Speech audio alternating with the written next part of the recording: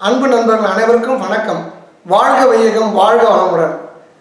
நேற்று பணத்தை ஈர்க்கும் விதி என்ற ஒரு விஷயத்தை பற்றி பேசும்பொழுது மிக குறிப்பாக எளிமையான விதியாக நான் சொன்னது, வரவு செலவு கணக்கு எழுதுபவர்கள் வரவு கணக்கை எழுதலாம், செலவு கணக்கை எழுத வேண்டாம் என்று சொல்லியிருந்தேன். ரெண்டு மாறுபட்ட கருத்துக்கள் இதை கேட்டவர்கள் வந்தது. ஒன்று எனக்கு நல்ல நண்பர் ஒரு ஆழ்வார்பேட்டில் இருந்தோம். ரெண்டாவது நல்ல சகோதரி திண்டுக்கல்லை சேர்ந்த என்னுடைய ஒரு அருமையான சகோதரி ஒருத்தங்களும் ஒரு ரெண்டு கருத்துக்களை வெளியிட்டிருந்தாங்க.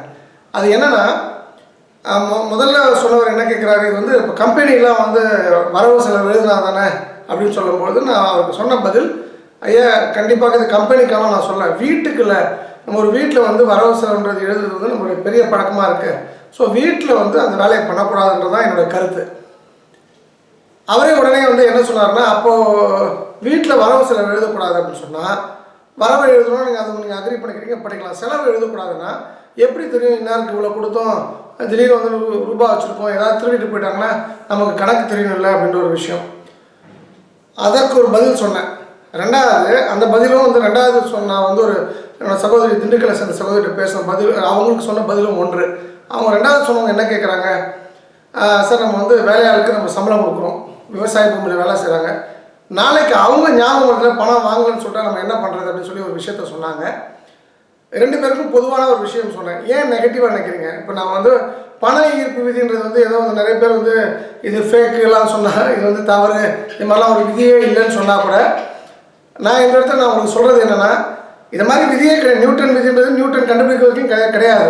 இப்போ சொக்கலிங்கம் நான் சொல்கிறேன், ஆண்டாள் சொக்கலிங்கம் நான் சொல்கிறேன், பண ஈர்ப்பு விதின்னு ஒரு விஷயத்தை நீங்கள் ஃபாலோ பண்ணி சக்ஸஸ் ஆச்சுன்னா இப்போ சொக்கலிங்கம் சொன்னது சரின்னு எடுத்துங்க, இல்லைனா இதுவும் தவறுன்னு எடுத்துகிட்டு போங்க. அந்த வகையில் இந்த பணம் ஈர்ப்பு விதின்ற ஒரு விஷயத்தை நான் எதுக்காக சொல்ல ஆரம்பித்தேன்னா, ஒவ்வொரு மனிதனும் இந்த நெகட்டிவிட்டின்றது அவனோட செல்லில் இருக்கக்கூடாது.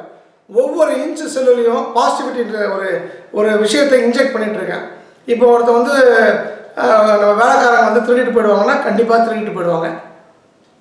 அப்போ நீங்கள் நினைக்கிறீங்க நம்ம பணம் செலவு எழுதுறது நம்ம பணம் பர்ஃபெக்டாக அங்கே இருக்கா அப்படின்றதுக்காக எழுதுகிறோம். அப்போ இந்த இடத்துல யாராவது திருடிட்டானா கண்டுபிடிக்கலான்ட்டு இதை மாதிரி எண்ணம் இருக்கக்கூடாது. நாம் எப்படி நல்லவங்களோ நம்மளை ஒவ்வொருத்தரும் நினைக்கிறோமோ அதே போல் நீங்கள் உங்கள்கிட்ட வேலை பார்க்கணும்னு நல்லவங்க நினைங்க. ரெண்டாவது, அவன் மறந்துடுவான்னு நீங்கள் நினைக்கிறது நெகட்டிவ். எதுக்காக நீங்கள் அவனுக்காக திங்க் பண்ணுறீங்க? அது மாதிரி சம்பவமே நடக்காது. நமக்கு எல்லாமே நல்லதாக நடக்கும்னு நம்புகிற பட்சத்தில் இந்த இடத்துல நீங்கள் தயவுசெய்து இந்த கருத்தை மட்டும் உள்வாங்கிட்டு, இது வீட்டுக்கு மட்டும்தான், அது கம்பெனிக்கெலாம் பொருந்தாது. அப்படி வெறுமன வரவை மட்டும் எழுதுங்கள், செலவை எழுதாதுங்க. மிகப்பெரிய அளவில் நீங்கள் பணத்தை ஈர்க்க ஆரம்பித்து விடுவீர்கள். நீங்கள் மிகப்பெரிய பாசிட்டிவான ஆளாக மாறிவிடுவீர்கள் என்பது இதன் மூலமாக நான் உங்களுக்கு சொல்ல ஆசைப்படுகின்றேன். மீண்டும் நாளை அற்புதமான கருத்தோடு சந்திக்கிறேன். நன்றி, வணக்கம். சர்வம் கிருஷ்ணா அர்ப்பணம்.